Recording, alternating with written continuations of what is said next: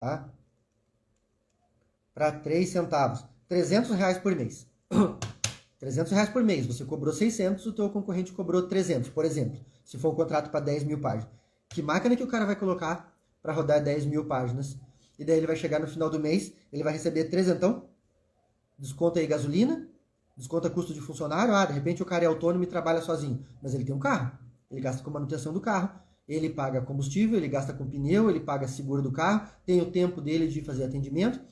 Ele vai ter que deixar um tono em reserva, né? Isso considerando que seja um contrato de valor mais alto, né? Isso considerando que seja um contrato de valor mais alto. Que seja aí 10 mil páginas, ele vai receber 300 pila por mês. E manutenção. Se quebrar, se um dia lá der uma queda de luz lá e queimar uma fonte, não é culpa do cliente. Você não pode cobrar isso, tá? Nossos contratos a gente cobra mau uso. Mas dependendo do caso, ou vamos supor que não caiu. Ah, dependendo do teu contrato, você colocou lá que intempéries da natureza, redimensionamento da rede elétrica, queimou, você cobra, beleza. Mas não aconteceu que não aconteceu nada disso. Num dia, belo e formoso, tudo funcionando, queimou a fonte. Queimou a fonte da máquina. Queimou a placa lógica lá. Entendeu? E daí você gasta R$500 numa placa lógica de uma impressora, e daí o cara tá cobrando lá 300 pila por mês, pronto. Já matou um mês e meio dele lá. Entendeu? Então você pode ficar tranquilo. Acompanhe esse cliente aí, que daqui uns dias ele vai te ligar. De duas, uma. Ou ele vai dizer que a empresa não quer mais atender ele, ou ele vai reclamar da empresa do atendimento, da qualidade do toner que está ruim, ou que a empresa demora muito e não resolve os defeitos da máquina, porque não troca peça. Né? Um rolo fusor está manchando e recopiando lá faz tempo e o cara não troca, porque ele não quer gastar, porque ele cobra muito pouco. Tá?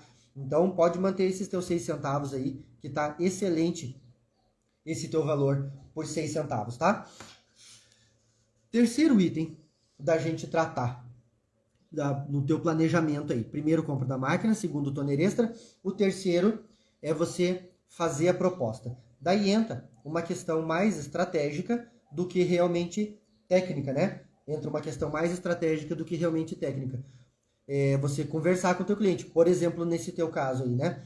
É difícil você convencer o cliente quando o cara está focado só em valor. Daí você tem que mostrar o histórico da tua empresa, mostrar alguns clientes que você já atende, dar um exemplo, atendo a empresa tal, atendo um supermercado tal que é grande, atendo uma concessionária tal, alguns nomes conhecidos na tua cidade, para mostrar que você tem credibilidade na cidade, que você tem autoridade.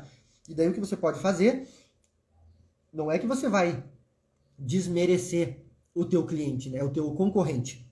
Não é fazer igual político, né? Que político faz assim, o político, ele, em vez de falar bem dele, ele se preocupa em falar mal do outro. Não é isso que você vai fazer, você não vai fazer igual político. Mas você vai falar assim, olha, veja bem, um custo hoje de uma máquina, essa máquina que eu estou oferecendo para você, é a máquina marca tal, modelo tal, entendeu?